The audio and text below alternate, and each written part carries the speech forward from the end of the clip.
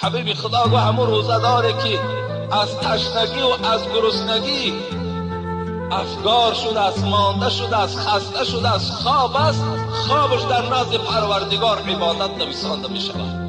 3 ساعت خواب میکنی، 4 ساعت خواب میکنی. تصور کن تو در مسجد نماز خوانده ایستاده ای. برای آدمی روزدار خوابشم عبادت است.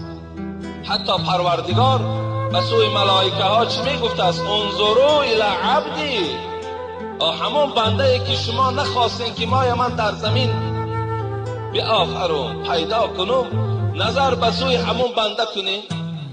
ترک شهوته و لذته و طعامه و شرابه من اجلی. انا همون بنده امروز ببین طعام در پیشش است، بعضی یار رفیقای به انصاف دارد که خورده ایستادند،